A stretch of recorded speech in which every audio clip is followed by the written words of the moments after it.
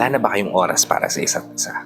Lagi na lang ba kayong nagbibigay ng excuses para hindi na magkasama? O isa ka sa mga nakakaramdam na hindi ka na mahalaga sa taong mahal mo dahil wala na siyang oras sa'yo? If may sumapul sa sitwasyon mo ngayon dito sa mga nabanggit ko, para sa itong video na ginawa ko ngayon. Dahil dito kapatid, pag-uusapan natin kung paano natin aayusin kapag nawawalan na ng quality time yung pagsasama niyong dalawa. Interesado ka malaman kung ano-ano itong mga sagot dito? Tara kapatid, pag-usapan natin yan. Let's keep on watching.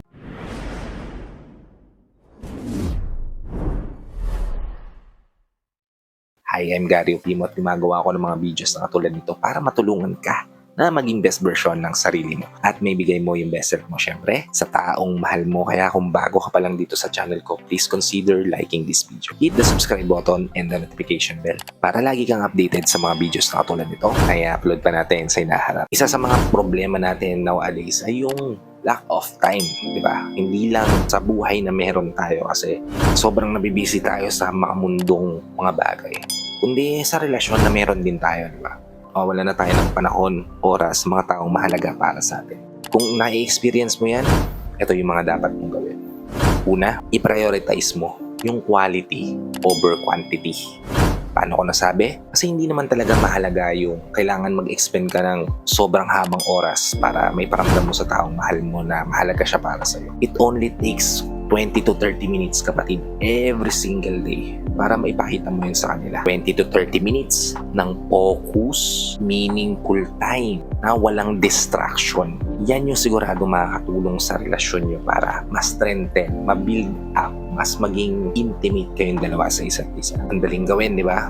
Pero bakit hindi natin nagagawa? Kasi hindi natin pinaprioritize, di ba? Aminin man natin o hindi, gagawa natin yan. So, if may tao sa paligid mo na hindi rin napaprioritize ng taong mahal niya, share mo tong video na to sa kanya para nakatulong ka na sa kanila, nakatulong na rin ako sa kanila. Okay? Ikalawa, magkaroon kayo ng daily connection ritual.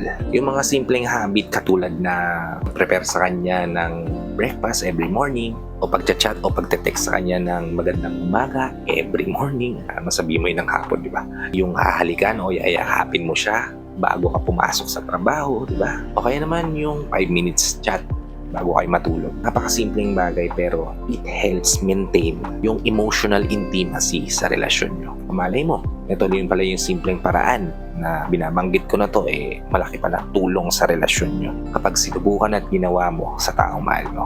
Okay? Ikatlo, iplano mo yung as time in advance. Isa sa mga habit natin mga Pilipino ay yung hihintay muna natin na dumating yung oras, yung tamang panahon, yung tamang pagkakataon para gawin yung mga bagay-bagay na nagre-resulta sa hindi natin magagawa yung bagay, di ba? Habit na natin yan Nakita ko rin, actually, nagagawa ko yan. Na nagre-resulta rin sa tinataman na tayo tapusin gawin yung bagay na kailangan natin gawin, di ba? Pagdating naman sa relasyon, instead of waiting sa free time yung dalawa, instead na maghintay na dumating yung tamang oras para magsama kayong dalawa, i-schedule nyo na yan in advance. Halimbawa, bukas magkakaroon tayo ng date night, di ba? O kaya magkakaroon tayo ng weekend trip, di ba? O kaya naman, mamayang gabi magdi-dinner tayong dalawa kasi sobrang namimiss na kita.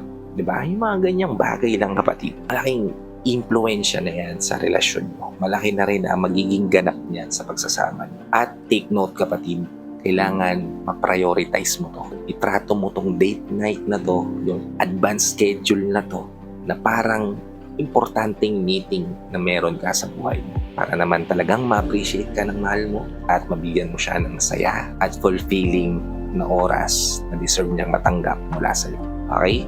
Ika-4, make every ordinary moments special.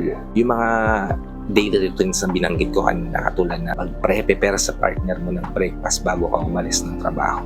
O yung i-grocery mo siya, magluluto ka para sa kanya. Lalong-lalo na kung magkasama nyo itong gagawin, talaga namang magiging super engaging, super meaningful para sa taong mahal mo to kung gagawin mo, di ba? Samahan mo lang siya sa mga simple routine na ginagawa niya. Halimbawa, yung partner mo, gusto niya yung naglalakad-lakad every evening para maramdaman na ma-relax yung isip niya, di ba?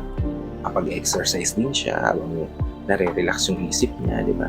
Samahan mo siya ron, kapatid.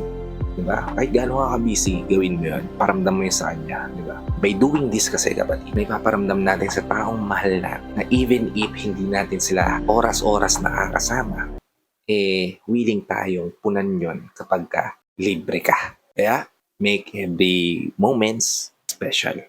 Okay? At ang ikalima, set boundaries pagdating sa distraction. Yung mga social media, yung mga work emails, even yung TV o yung television can steal time na dapat nilalaan mo sa taong mahal mo. Try to create some screen-free moments, diba? Screen-free time. Yung panahon kung saan magpo-focus lang kayong dalawa sa isa't isa nang walang kahit anong distraction. That way, kapatid, even if sobrang hectic ng schedule nyo, kung magkakaroon ka ng 5 minutes every single day na walang distraction, nakakausapin mo yung taong mahal mo tungkol sa kahit anong topic na gusto mong banggitin o pag-usapan yung dalawa, malaki ang magiging impact niyan sa pagsasama nyo, malaki ang magiging impact niyan sa relasyon nyo, at malaki ang magiging growth niyan pagdating sa pagkatao mo, pagkatao ng mahal mo, na magiging reason para manatili kayong dalawa sa isa't isa. I hope nabigyan ko kayo ng tips, ideas, o insight dito sa video na ginawa ko ngayon. If nabigyan ko nga naman kayo ng tips, ideas, o insight, please help me share this to loved ones na posible rin natin matulungan ang video na to para nakatulong na kayo sa kanila, nakatulong na rin ako sa kanila. Sa lahat pala ng OFW viewers natin at sa mga viewers natin dito sa Pilipinas na walang sawang nanonood, sumusuporta at palagi naka-tune in sa bawat video na ina-upload ko. Maraming salamat po sa palagihan yung panonood at pagsuporta.